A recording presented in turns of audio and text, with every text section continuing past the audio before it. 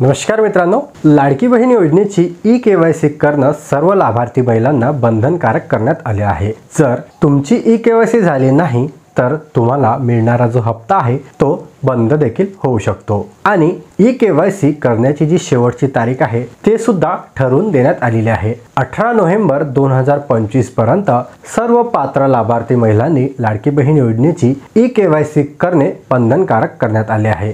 परंतु अशातच आता ज्या महिलांना पती नाही, ज्या मुलींना वडील नाही किंवा ज्या महिलांचा डिवोर्स वगैरे झाला असेल तर अशा महिलांनी लाडकी बहीण योजनेची केवायसी कशी करावी हा मोठा प्रश्न महिलांसमोर पडलेला आहे।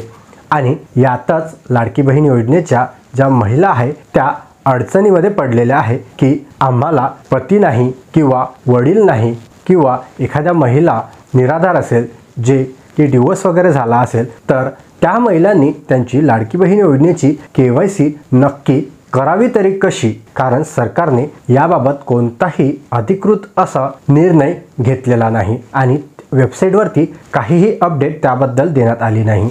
परंतु अशातच आता एक पेपर कटिंग खूप मोठ्या प्रमाणात व्हायरल होत आहे आणि या पेपरच्या कटिंगमध्ये सांगण्यात आलेलं आहे की ज्या महिलांना वडील नाही, पती नाही अशा महिलांनी लाडकी बहीण योजनेची केवायसी कशी करायची। तर या पेपरच्या कटिंगमध्ये सांगण्यात आलेलं आहे की ज्या महिलांना वडील नाही, पती नाही त्या महिलांनी त्यांच्या घरातील सदस्यांचा आधार नंबर टाकून ई-केवायसी प्रक्रिया पूर्ण करा असं या पेपरच्या कटिंगमध्ये सांगण्यात आलेलं आहे। आणि मी सुद्धा या पेपरमध्ये हे ऑनलाईनच वाचलेलं आहे। व्हॉट्सअपवरती हा पेपरचा कटिंग मला मिळालेला आहे। परंतु खरंच हे अधिकृत आहे का? लाडकी बहीण योजनेचा जो GR आहे केवायसीचा त्यामध्ये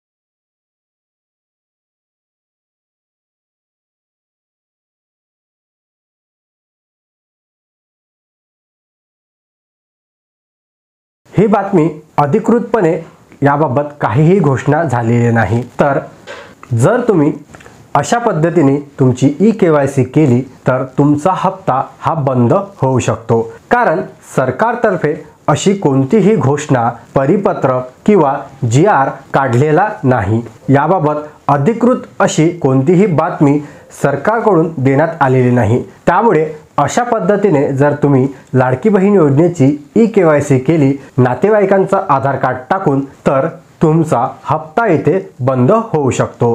याबाबत सविस्तर अशी माहिती कोणीही दिलेली नाही। महिला व बाल विकास मंत्री अदिती तटकरे यांच्या ट्विटर हँडल अकाउंटवर सुद्धा बरेचसे व्यक्ती जे आहे ते प्रश्न विचारत आहे, लाडक्या बहिणी ज्या आहेत त्या प्रश्न विचारत आहे की लाडकी बहीण योजनेमध्ये ज्या महिलांना पती नाही किंवा वडील नाही अशा महिलांनी नेमकी केवायसी करावी तरी कशी। परंतु त्याबद्दल सुद्धा काहीही उत्तर तिथे देण्यात आलेलं नाही। त्यामुळे जर तुम्ही अशा पद्धतीने लाडकी बहीण योजनेची ई-केवायसी केली तर तुमचा जो लाभ आहे, तुम्हाला जो मिळणारा लाभ आहे तो बंद होऊ शकतो। तर अशा महिलांनी आता नक्की करायचं काय? तर जोपर्यंत सरकारचा अधिकृत GR, प्रेस नोट किंवा इतर कोणतेही पत्रक येत नाही तोपर्यंत अशा महिलांनी लाडकी बहीण योजनेची केवायसी करायचं थांबून जायचं आहे, जेणेकरून त्यांचा हप्ता जो आहे तो बंद होणार नाही। 18 नोव्हेंबर 2025 पर्यंत ही तारीख देण्यात आलेली आहे। त्यामुळे तुम्ही तोपर्यंत सुद्धा वाट पाहू शकता की तुम्ही लाडकी बहीण योजनेची केवायसी करायची की नाही, कारण अशा चुकीच्या पद्धतीने जर तुम्ही ई-केवायसी केली तर तुमचा हप्ता इथे बंद होऊ शकतो। सरकार लवकरच त्याबाबत काही ना काहीतरी अपडेट नक्की घेऊन येईल। तर या पेपर कटिंगमध्ये जे काही सांगितलेलं आहे की नातेवाईकांचा वगैरे आधार नंबर टाकून तुम्ही लाडकी बहीण योजनेची ई-केवायसी प्रक्रिया पूर्ण करा, तर अशा पद्धतीने तुम्ही ई-केवायसी प्रक्रिया सध्या तरी पूर्ण करू नका, कारण सरकारकडून अधिकृतपणे कोणत्याही प्रकारचं परिपत्रक, GR किंवा प्रेस नोट आलेली नाही। त्यामुळे ज्या लाडकी बहिणींना वडील किंवा पती नाहीत त्या बहिणींनी सध्या KYC करायचं थांबून जायचं आहे। हा महत्त्वाचा व्हिडिओ सर्व लाडके बहिणींपर्यंत जास्तीत जास्त शेअर करा। अशाच प्रकारचे अपडेट आपल्या चॅनलवरती येत राहतात। त्याकरता आपल्या चॅनलला सबस्क्राईब करा आणि तुमचे याच्या व्यतिरिक्त काही प्रश्न असतील तर कमेंट बॉक्समध्ये नक्की विचारा, त्यावरती उत्तर देण्याचा प्रयत्न मी नक्की करीन। चला भेटूया अशाच एका नवीन महत्त्वपूर्ण व्हिडिओमध्ये। तोपर्यंत धन्यवाद।